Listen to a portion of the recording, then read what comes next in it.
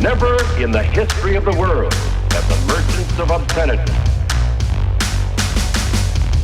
had available to them the modern facilities for disseminating this filth. Disseminating this filth. The onslaught of the communist masters of deceit. Pinko, Commie, Slutz. Pinko, Commie, Slutz. Pinko, Commie, Slutz. Pinko, Commie, Slutz.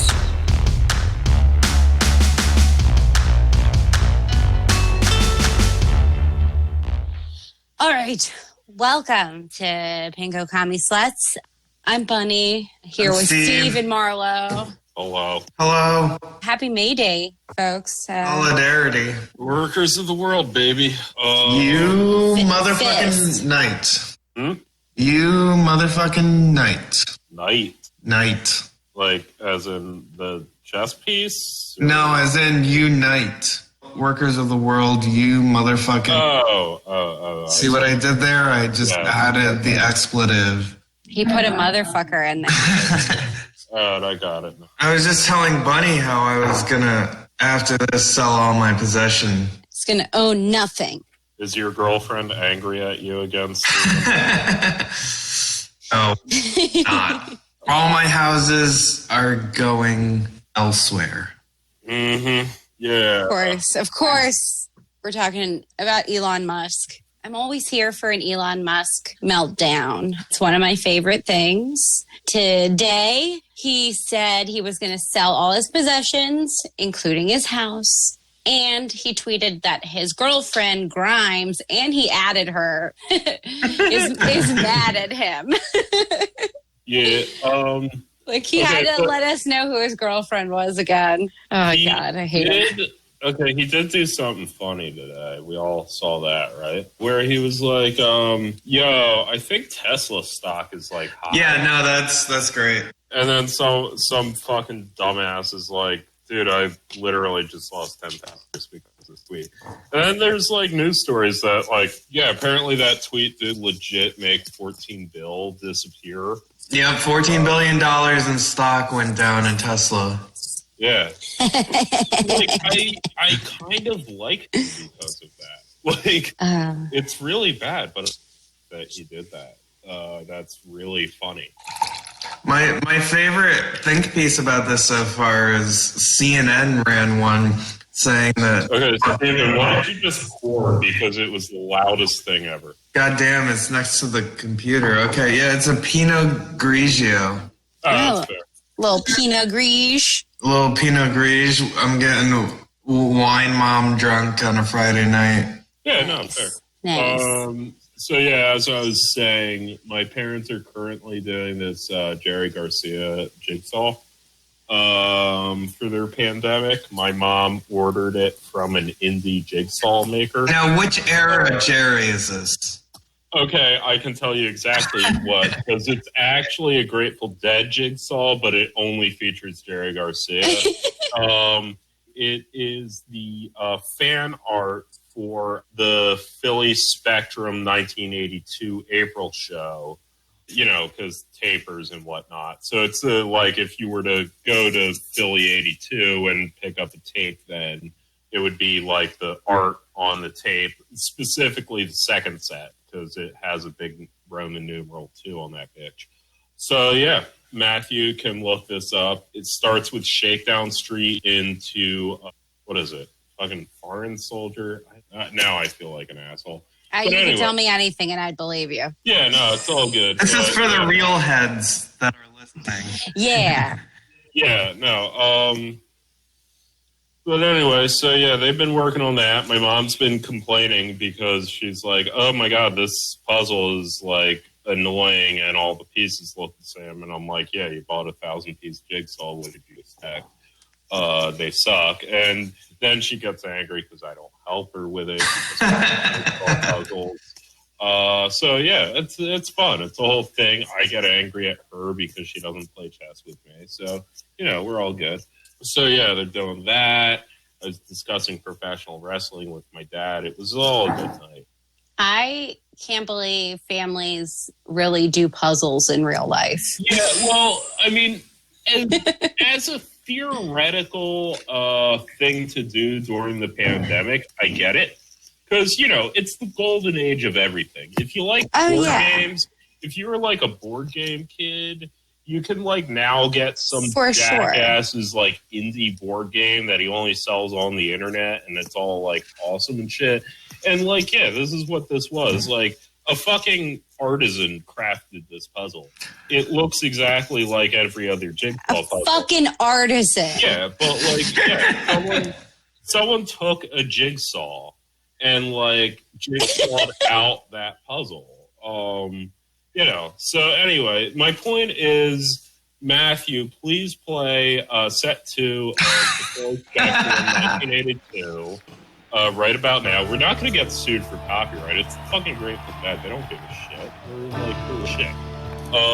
So yeah. What if they're really litigious? They are not really. There are 50 fucking years of them not being very litigious. Yeah. No, I'm saying the ones that have died. What if they go to the great beyond and suddenly? Oh shit! I didn't even.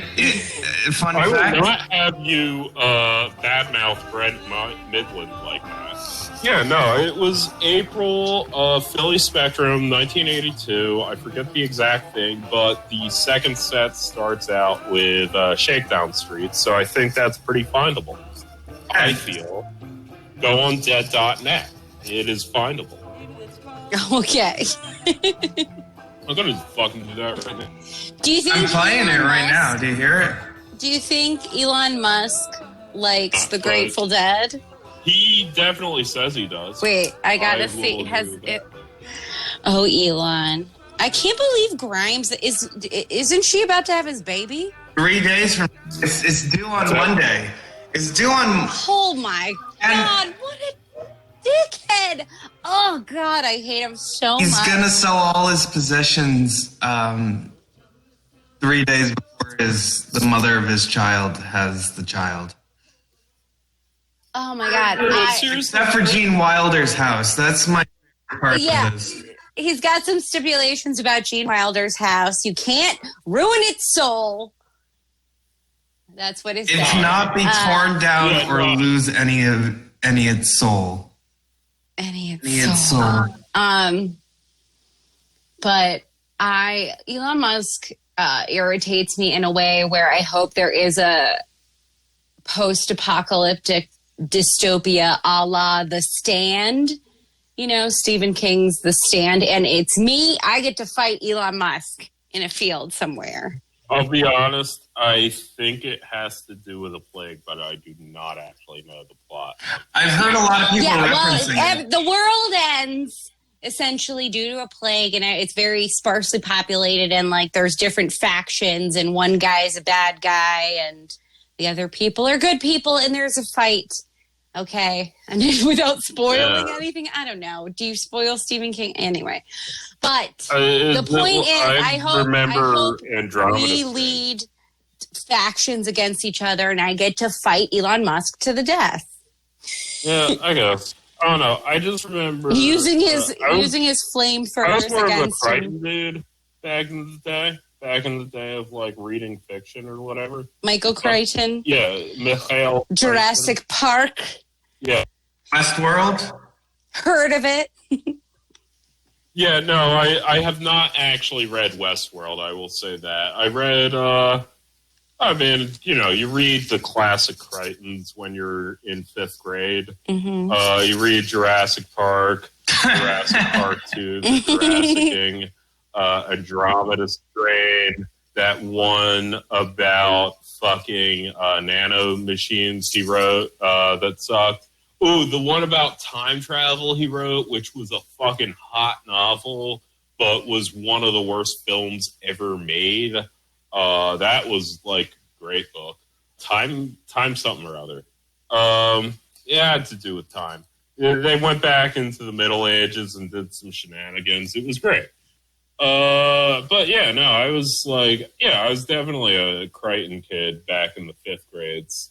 It was like, oh, you know that movie Jurassic Park? And you're like, oh, yeah, the one with the dinosaurs and it rocks and it's awesome. And they're like, yeah, what if they also said they weren't fucked? And you're like, shit, really? That's a thing that can exist? And they're like, yeah, but it's a book and you have to use your imagination. And that's how you get into reading. That is one way you get into reading. How did you get into reading, Bunny? When I ascertained I could get some sort of power via it. I was an early reader. My mom did read a lot of children's books to me.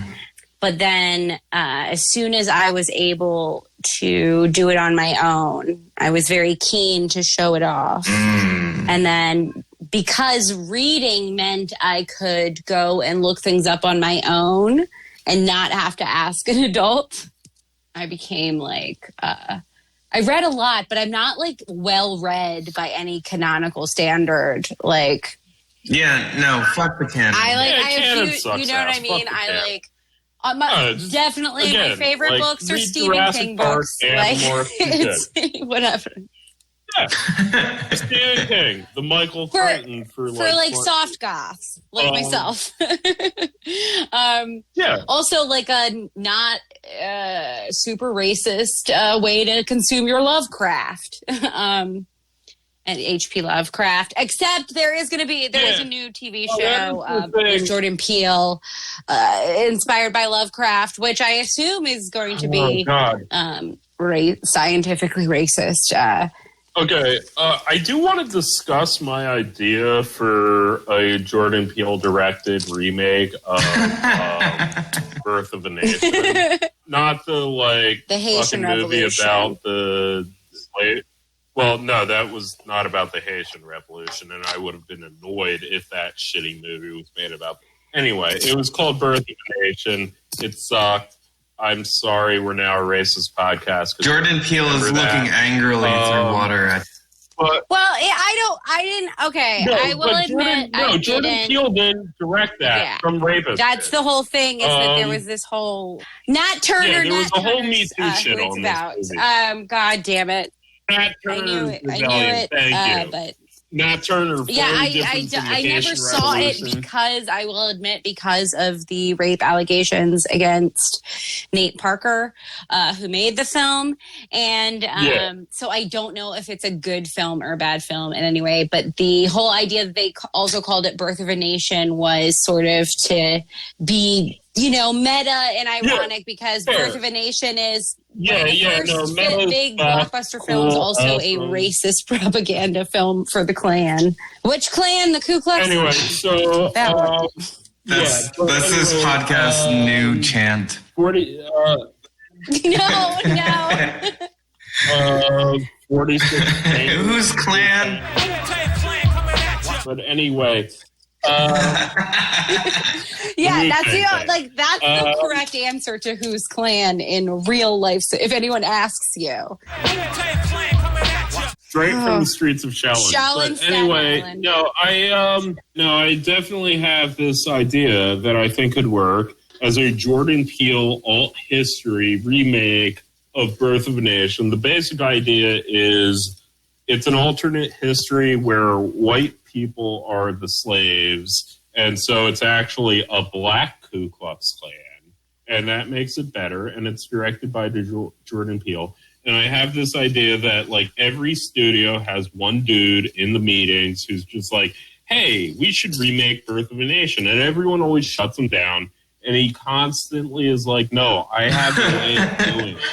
This is actually, I think it's a Nick Mullen. I think it's a Nick Mullen bit. Yeah, no. This was his idea was that after Obama became president, white people became slaves for 2 years. Like they got a taste of it. I've got a fun story that Real quick, to finish off this Birth of a Nation thought, I just want to say no, because at the end of the day, it's the first blockbuster of all time, and you're a studio, you're constantly eating up fucking old IPs because nothing can be new. because new is a risk, and like risk threatens capitalist realism. So the only thing to do is to just constantly recycle the old and then recycle the recycled old. And eventually, in a very Luxembourgist way, they will run out of things to continuously colonize. And eventually, the only thing left will be Birth of a Nation. And they will have to remake that. And the only way to remake that and make that successful is if Jordan Peele flips it and reverses it. Put my thing down, flip it and reverse it. Birth of a Nation, directed by Jordan Peele. It's coming out in the next decade. I feel I have to take a moment though to full disclose here. I was in a misguided sketch that was essentially that premise you mentioned. It's already been done, Marlowe. So, but after we filmed week. part of it, we realized, I just like, some comics asked me to help film a sketch. I went to help film a sketch. This was the premise of the sketch.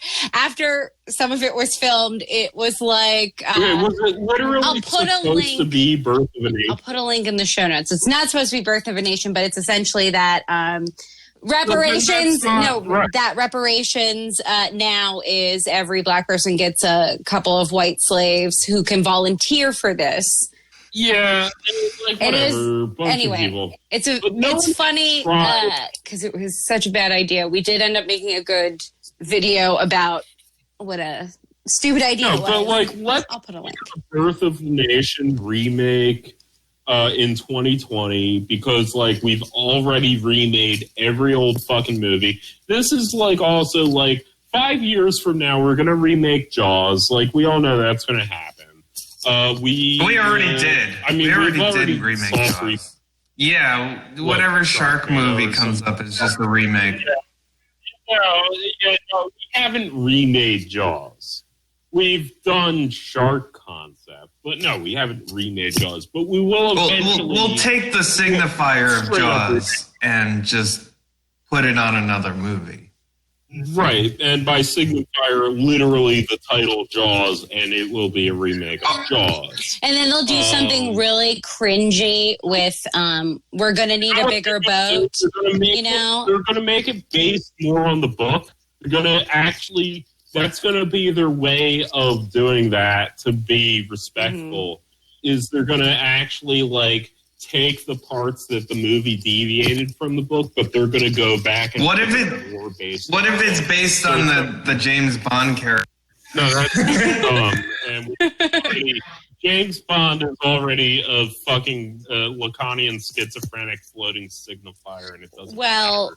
Like James Bond, you can't like there's no way to the way to ruin it is what they did with Daniel Craig, and that's to make it good.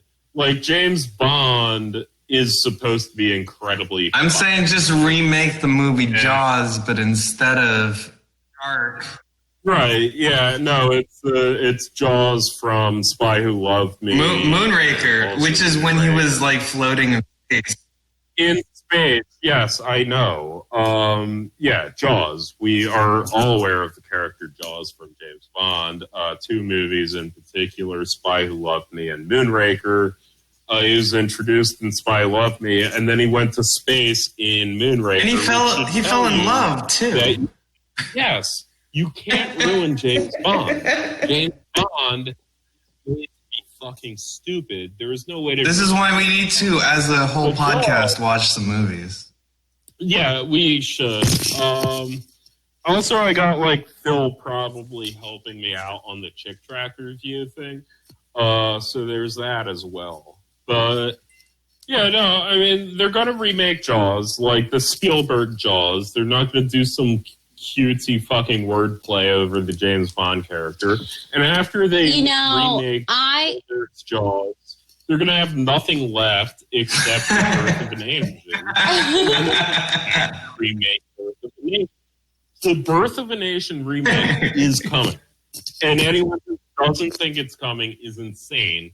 And I have the premise to make it maybe work, which is alt history. White people are slaves. Black people are the Ku Klux Klan. And it's black people who have to save a black woman from getting raped by white union soldiers. That's the way you can remake. Look, I have it, and I'm saying it out loud on a podcast so I can later sue for royalties when they eventually do this movie. Okay, well, look. And then we're going to use that money to make this podcast go big. So I'm just saying, like, this is actually me. I can dig it, but I just want to throw this out there. If there's going to be a remake, I say we switch it up. We don't remake Jaws. We remake The Beast, which is a lesser-known novel by the same author that was a TV movie about an evil giant squid that eats people, and it is terrifying. Graves Point has always been a paradise, a vacationer's dream. Until now. Imagine a squid with tentacles 30 feet long. Oh my God. This thing has 2 whips. Those whips are covered with suction cups the size of this notebook. The squid grabs and impales its prey with those whips and drags it towards its beak, shredding the flesh as it goes. Did he essentially write about sea monsters? I don't know, man, but I was obsessed with this fucking book and this TV movie. It terrified me. I remember a Goosebumps book called The Beast from the... Me too. Yeah. Me too. It's different. Goosebumps scared the shit out of me. R.L. Stein. I love him. He's on Twitter. Yeah, I was K.A. Alpagate all the way, and she also... There's an... aren't they bringing back Goosebumps as a... Oh, fuck, I think you're right. Yeah, I think they're... Yeah, because... Anyway, that goes on to my thesis that they're going to birth of All right, I want to return to jigsaw puzzles. My family also did jigsaw puzzles, but they did special jigsaw puzzles. Nice. 3D puzzles. If you go into my grandmother's house, there's like the Washington Monument, but in 3D, and the White House in 3D. Foamy. Yeah, it's very foamy. Yeah, I know what a 3D jigsaw is. It's not a fucking jigsaw puzzle. I fucking hate jigsaw puzzles, and I don't want to defend the honor of jigsaw puzzles. But you will. I see. It's not a fucking jigsaw. That's just the shitty art project. Well, if you go into my grandmother's like farmhouse, there's just 3D puzzles all around. Yeah, there's just a model making kit that sucks and has bad instructions. Oh man, you are ruining my childhood. I'm gonna drink some more Pinot Grigio. No, a jigsaw puzzle is just... Well, what happened was my mom was cleaning out the attic and found this fucking red wall jigsaw from when I was like 8 years old or whatever. And so she did that. That was 500 pieces. And she's like, oh, 500 pieces is fun. 1,000 pieces must be twice the fun. So she ordered this again, artisanally made. Jerry Garcia, 1982 Philly Spectrum. Dead Show set to... That is so niche and indulgent.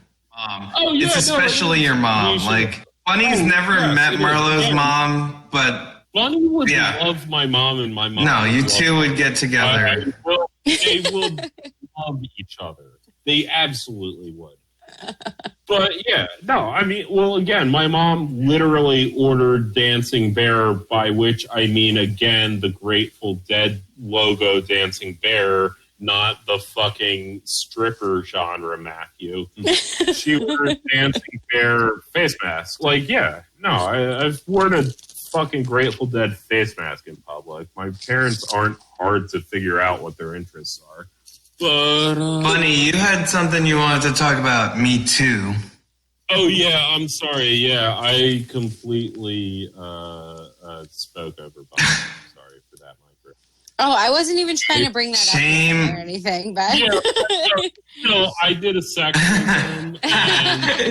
Speaking of sexism... You are forgiven for one sexism. You get one sexism pass. I just take them as they come in. Well, you give them out as cards, I'm sure. You get one sexism pass, like...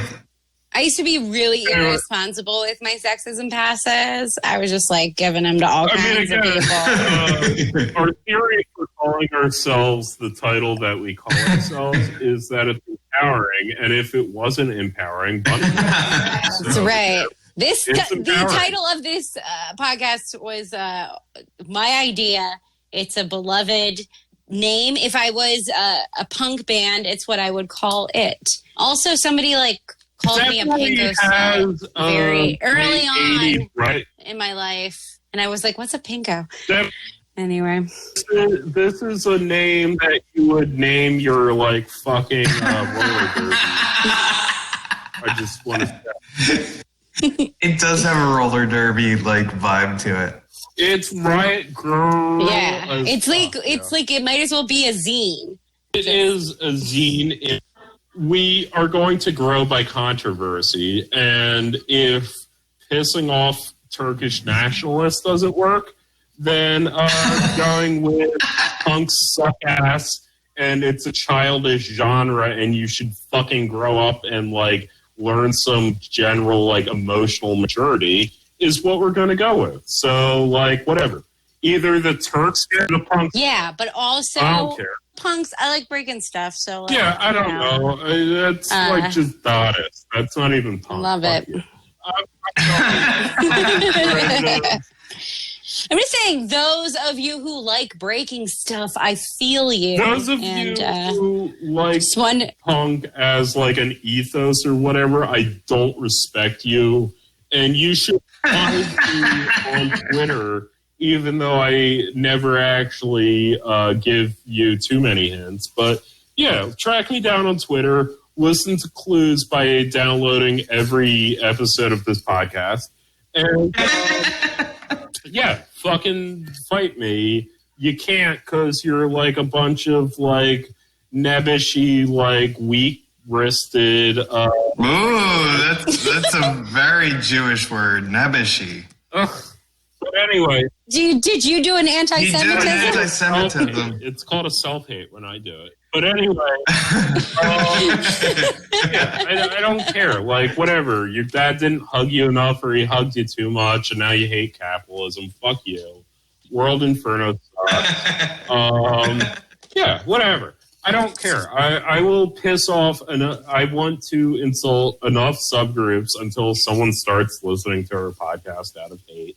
That's my goal. So this week it's punks. It's a shitty genre, and go fuck yourselves. Learn to play your instruments for more than 2 minutes and 58 seconds. Again, I'm a deadhead.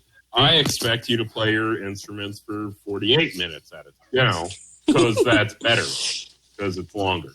So fuck off. We could also just piss off everyone in the Me Too movement, which I think... Me Too has a general, Stop talking over women, Marlowe. Oh, yeah, I'm sorry. Yeah. You're doing a sexism again. Yeah, no, okay, I need to do a grip. Yeah, I guess let's get the sexisms done, and then we'll move on to the anti-Semitisms. Funny, yes, as the spokeswoman for all women, the context to this is Joe Biden has a rape accusation that was grotesquely underreported. And now, with a lot of prominent people who were very vocal during the Kavanaugh hearings, taking Me Too out of their bios, when Tara Reid's accusations against Joe Biden came out. And apparently the official organization Me Too refused to work with her because of some stipulation about they couldn't do anything about political candidates or what have you. Was it that or Time's Up? I thought it was Time's Up is another movement that is specifically kind of in the entertainment industry, but is focused on workplace harassment more so squarely than Me Too. Me Too was started by Tarana Burke, who didn't say anything about this until this week. And she said terrible things. You know, well, it was a lot of non-committal kind of dancing around it. She did say two things that I think are true, which is I think she said them for the wrong reasons, but they are true and they're always worth emphasizing to me, which is it's pretty ordinary to be a victim of harassment, assault as a woman.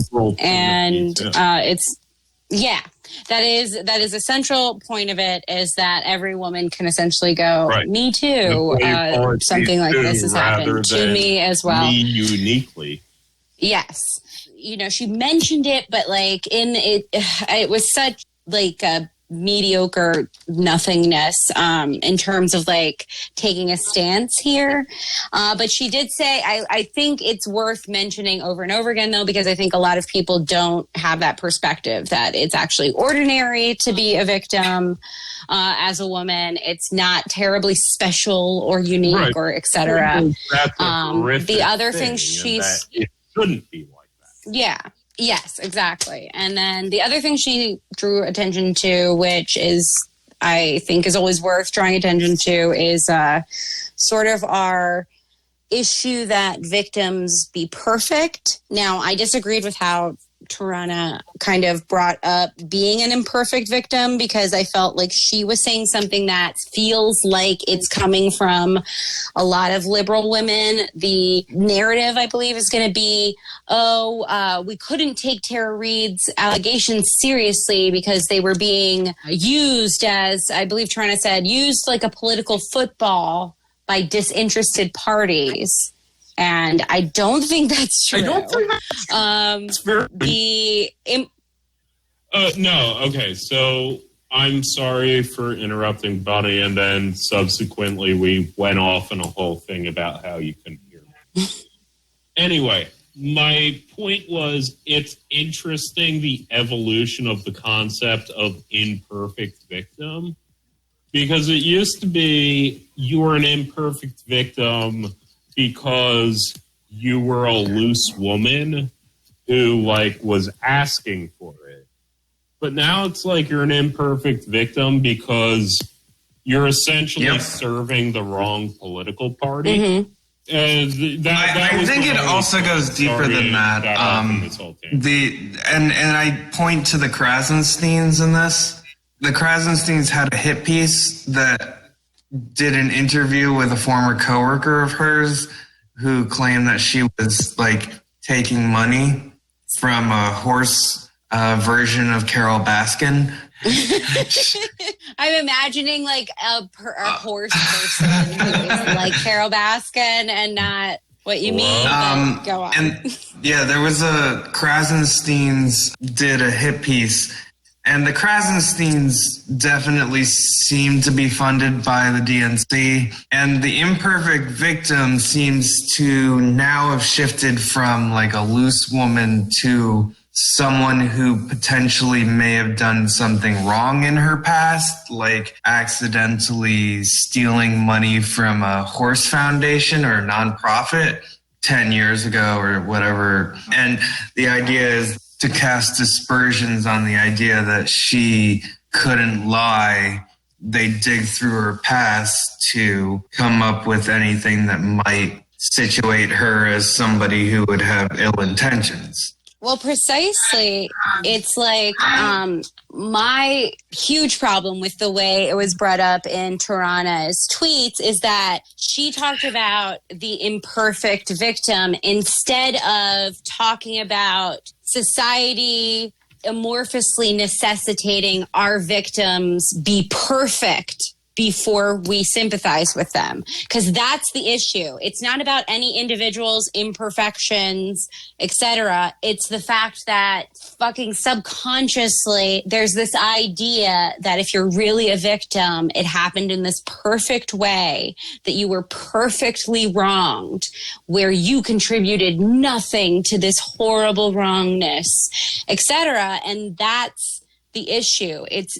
It's got nothing to do with any individual's imperfections. I think the focus should be on this weird imaginary perfect victim that people imagine when they are advocating for victims of sexual assault, etc., and how that works against us. It just feels like Tirana wanted to contribute to this narrative, and I saw fucking all these liberal women pick it up, where they're basically implying that Reed's story didn't get more attention because people were using it politically, and when it was a coordinated effort by established powers to minimize it.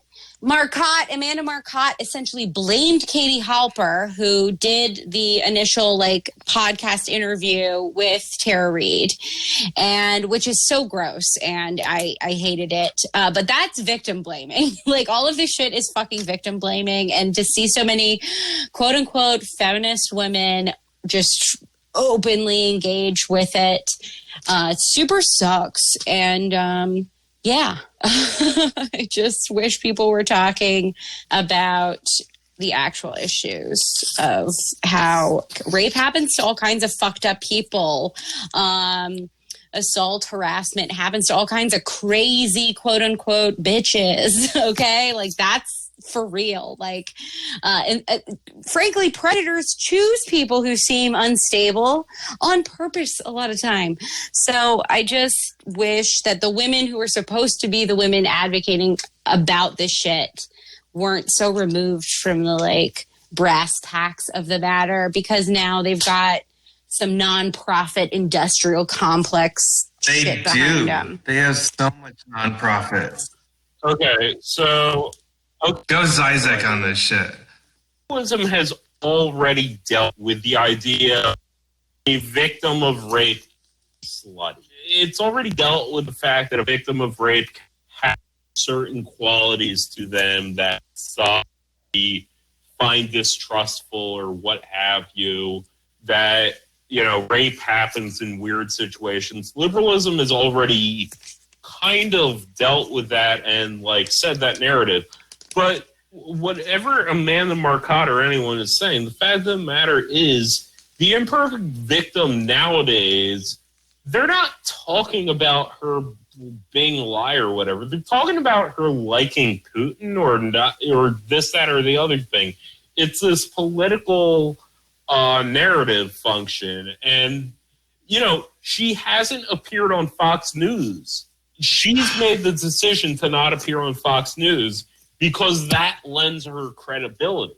Because if you're a victim of rape by a Democrat, you're not allowed to appear on Fox News. The idea of an imperfect victim has been taken outside the individual and made this collective idea of what is your victimhood serving narratively. And if it's not serving the thing that we decide is proper narratively, then you're a political football. If you're raped by a Republican, you're not a political football. It's the chauvinist men. It's this, that. It's the idea that, there's rape culture and this, that, and the other thing, and you get to ride that wave. But if your victimhood is done by a liberal, suddenly, your supporters are a bunch of sexist Bernie bros who don't actually care about rape culture. They're just using you. They're just using you politically. And it becomes this whole, you're suddenly a political tool if your victimhood happens to undermine a person who serves us politically. Well, this gets into this idea that Me Too was always manufactured as a political project. Me Too is, of course, a political project. Challenging patriarchy is a political project. Challenging rape culture is a political project, and it ought to be, it should be. But suddenly liberals who have been arguing this for the last 10 years suddenly making it a political project makes the individual an imperfect victim. I mean, is it suddenly, or is this the same old shit? That's what's annoying, is this that fucking different than Clinton? Isn't that different than what happened during the Clinton era, where we had a more juvenile version of these same social justice things being progressed, where the Democratic Party still felt comfortable being the more progressive party, yet openly engaged with like smearing and silencing Let me make a distinction. Is it more of a political project or a partisan project? They're the same thing, but the way it's perceived. They're the same thing. I don't think it was initially conceived as a political partisan whatever. I think once you engage with the nonprofit industrial complex, it puts you in a fucking nonstop Sophie's choice of compromise, and you can't be straight up anymore. That's what I felt about Tarana Burke's tweets. She was like struggling to find a way to keep the ground she thinks she's gained in terms of, you know, power and influence, and not even necessarily, I'm not even trying to say it's a selfish, terrible way. I think she likely thinks she's doing something for a greater good, but it's an impossible fucking dance that, you know, you need somebody to be a bad guy in this scenario, essentially. You need somebody to be the evil bad person. Yeah, no, and the issue essentially comes to politics and partisanship are a good thing. Rape culture exists because some people benefit from rape culture existing. The problem is both Democrats and Republicans benefit from that. And if you're not willing to challenge the overall power structure that benefits from that, you are going to run into these hypocritical scenarios. It's inevitable. It's predictable, and that's what's frustrating. And I remember in 2016, and I saw this rehashed this election a little bit, of course, but in 2016, it kept coming up. Oh, these misogynistic leftists, these, you know, blah, blah, blah, even separate from necessarily the Bernie bro situation, but this idea that because on the left you're supposed to be so woke and progressive and blah blah blah, that would magically be this space free of misogyny. That very idea is hilarious and absurd. There's no space free of misogyny. It is a fundamental part of fucking humanity, and it doesn't matter how liberal people are or how left or whatever, you're going to have misogyny existing.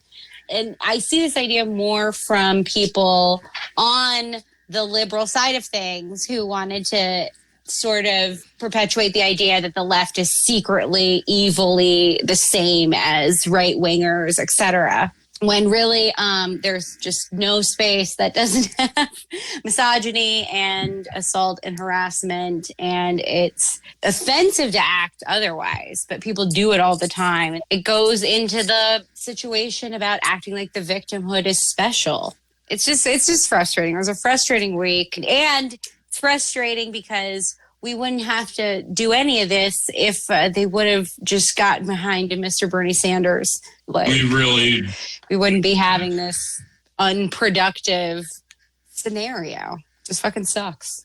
Oh, yeah, no, there is the what if they chose somebody better and what if they could choose somebody better fantasy land. But in the end, they chose somebody that was deeply flawed, and they have to suffer the consequences of that.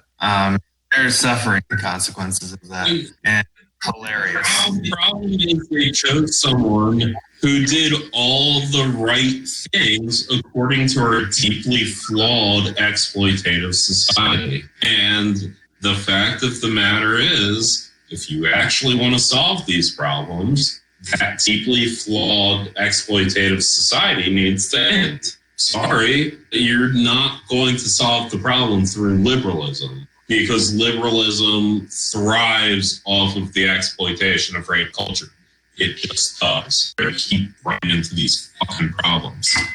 Well, yeah, it's what I like to call a them's the breaks situation we're dealing with right now.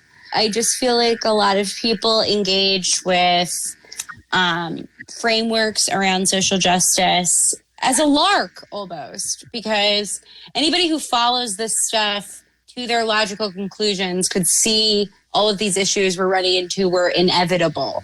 And at some point, who's accountable for making this choice? Not me. That's all I know. I literally wasn't allowed to vote in this election, so there's that. Yeah. Yeah. Disenfranchisement. So let's take a turn and Kim Jong-un. We can talk about that too. Wouldn't it be hilarious if we found out Kim Jong-il he's just zombified.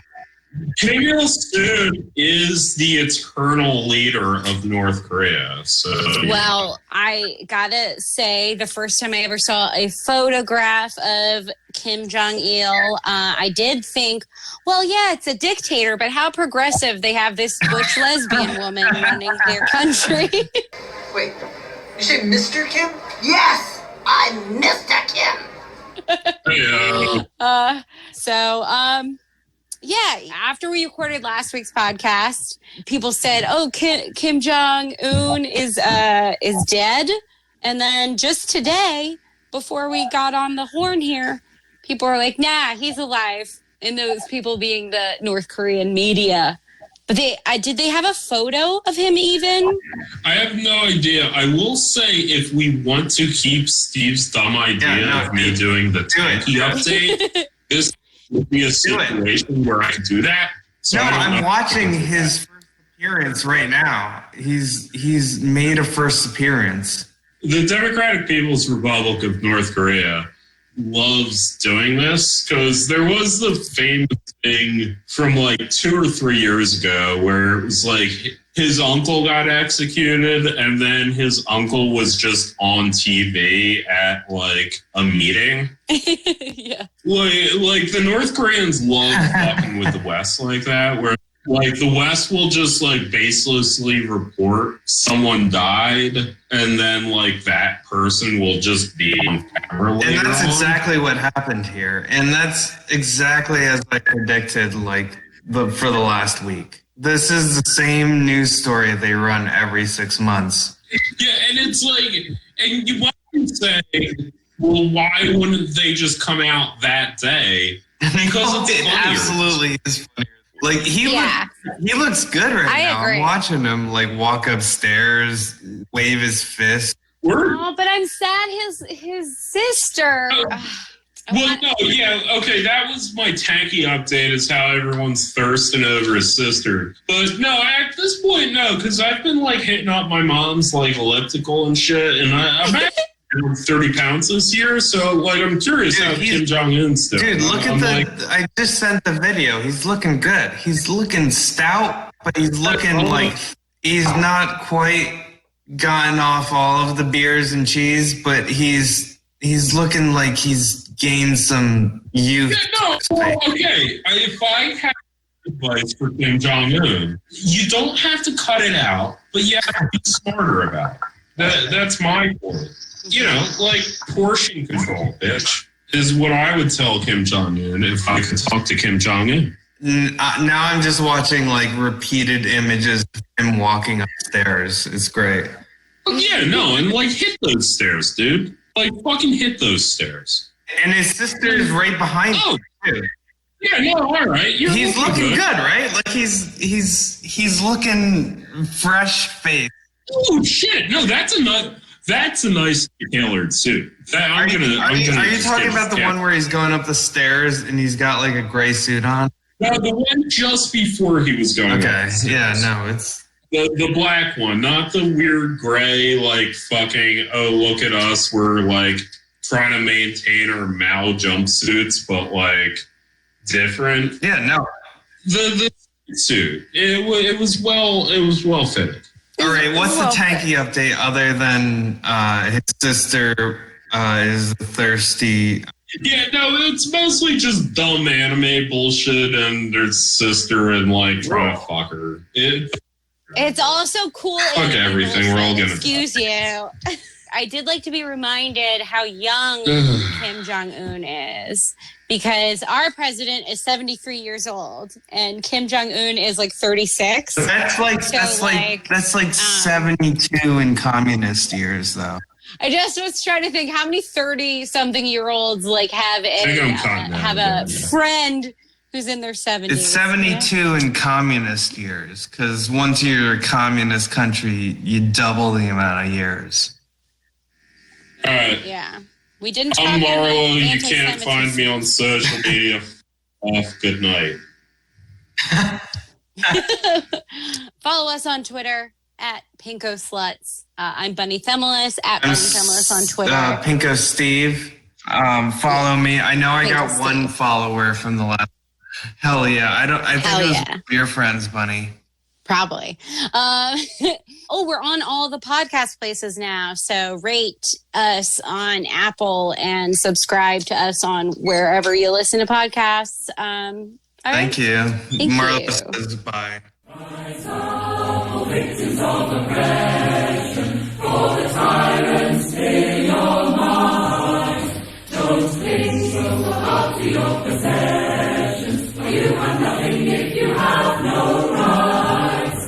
Let racist ignorance be ended, for respect makes the empires fall. Freedom is merely privilege extended, unless enjoyed by one and all. So come brothers and sisters, for the struggle carries on. The Internationale unites the world in song. So comrades, come rally, for this is the time and place. The international ideal unites the human race. Let no one build walls to divide us, walls of hatred, no walls of stone. Agree to dawn and come and join us. We'll live together or we'll die alone. In a world poisoned by exploitation, those who have taken, now they must give. And end the vanity of nations, we must one earth on which to live. So come brothers and sisters, for the struggle carries on. The Internationale unites the world in song. So comrades, come rally, for this is the time and place. The international ideal unites the human race. And so begins the final drama, in the streets and in the fields. We'll resist, we'll unite against their armor, we'll divide their guns and shields. When we fight, provoked by their aggression, let us be inspired